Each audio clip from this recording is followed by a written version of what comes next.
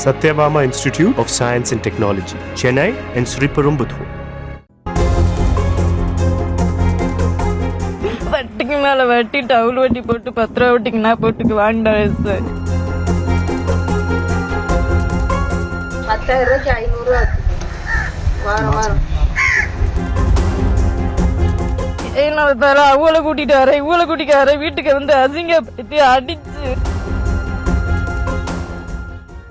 ராமநாதபுரம் மாவட்ட எஸ்பி அலுவலகத்தில் அடுத்தடுத்து கந்துவட்டி புகார்கள் வந்திருப்பது அதிர்ச்சியை ஏற்படுத்தியுள்ளது. ராமநாதபுரம் பெட்டாலியன் காவல் பிரிவில் பணிபுரியும் கோட்டை சாமி என்பவர் உச்சிப்புளி அடுத்த அலக்கத்தா வலசை பகுதியில் முத்துலட்சுமி என்பவரை இடைத்தரகராக வைத்து முனீஸ்வரி என்பவருக்கு 50,000 ரூபாய் கந்துவட்டிக்கு பணம் கொடுத்துள்ளார்.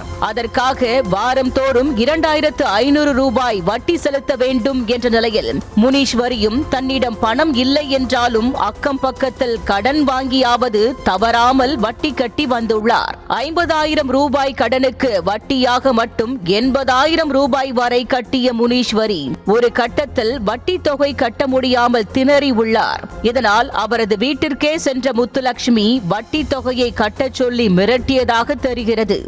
10,000 ரூபாய்க்கு 500 ரூபா வாரம் வாரம்.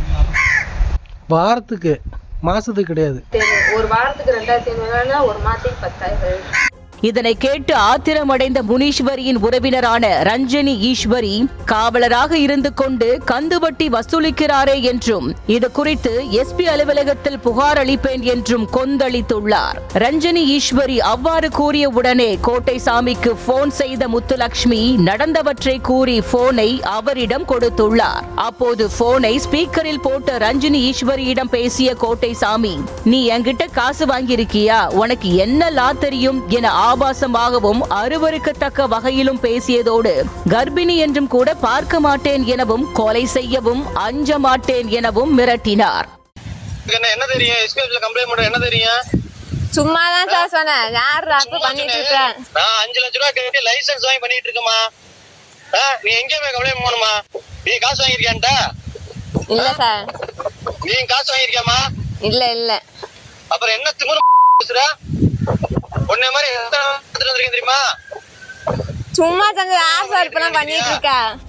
மேலும் முனீஸ்வரி பணம் வாங்கும் போது வெற்று காகிதத்தில் கையெழுத்து போட்டு கொடுத்துள்ளார். அதில் உன் பெயரையும் சேர்த்து 20 லட்சம் வாங்கியது போல எழுதிவிடுவேன் எனவும் மிரட்டினார் கோட்டை சாமி.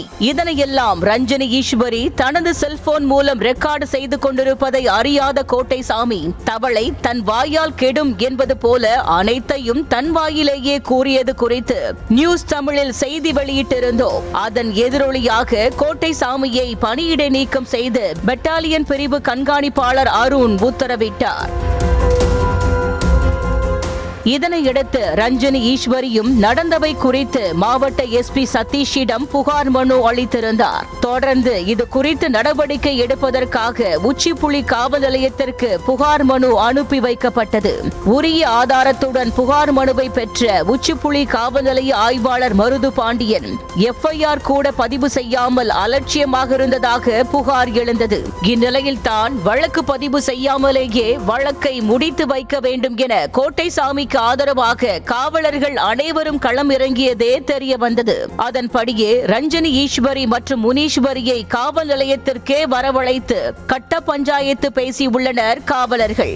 குறிப்பாக இருவரும் மதியம் 1 மணிக்கே காவல் நிலையம் சென்ற நிலையில் கர்ப்பிணி பெண் என்று கூட பார்க்காமல் இரவு 10 மணி வரை காவல் நிலையத்திலேயே காத்திருக்க வைத்த காவலர்கள் வழக்கு போட்டால் அதிகமாக அலைய வேண்டியிருக்கும், கர்ப்பிணி பெண்ணாக இருப்பதால் இதனையெல்லாம் சமாளிப்பது கடினம் உள்ளிட்டவற்றை கூறி மூளை சலவை செய்து எழுதி வாங்கிக் கொண்டு அனுப்பியதாக கூறப்படுகிறது.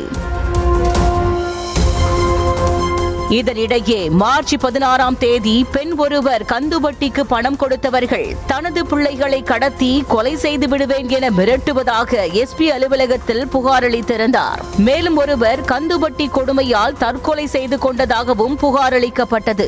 இதனையெல்லாம் பார்க்கும் போது ராமநாதபுரத்தில் கந்துவட்டி கொடுமை தலைவிரித்தாடுவது வெளிச்சத்திற்கு வந்துள்ள நிலையில் இதனை காவல்துறை இரும்பு கரம் கொண்டு அடக்குமா என்பதே பொதுமக்களின் எதிர்பார்ப்பாக உள்ளது. நியூஸ் தமிழ் செய்திகளுக்காக ராமநாதபுரம் செய்தியாளர் புபேஷ் சந்திரன். Satyabama Institute of Science and Technology, Chennai and Sriperumbudur.